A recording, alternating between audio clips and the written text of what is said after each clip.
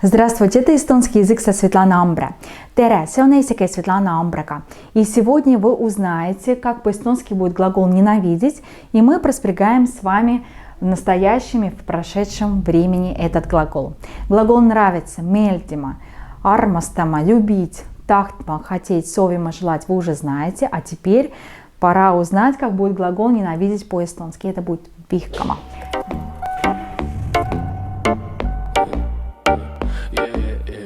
В ма-инфинитиве vihkama, в да-инфинитиве vihata. И вы уже видите, корни здесь разные, значит, это повлияет на спряжение глагола в прошедшем времени.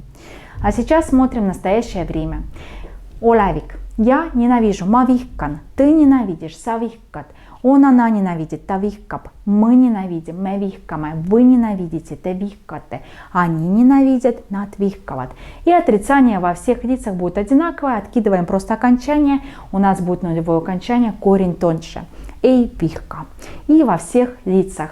Ma ei vihka. Sa ei vihka. Ta ei vihka. Me ei vihka. Te ei vihka. Nad ei vihka. Väga hea. Очень хорошо. А теперь смотрим на прошедшее время. Минавик.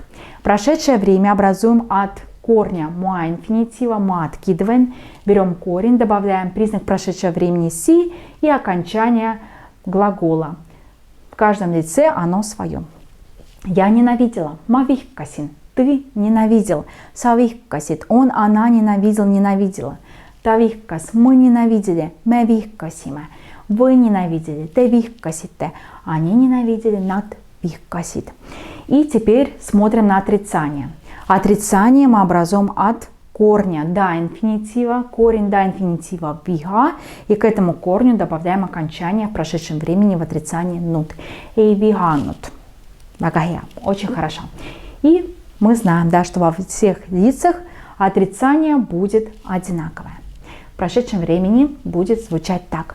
Ma ei vihanud, sa ei vihanud, ta ei vihanud, me ei vihanud, te ei vihanud, nad ei vihanud. Väga hea, очень хорошо.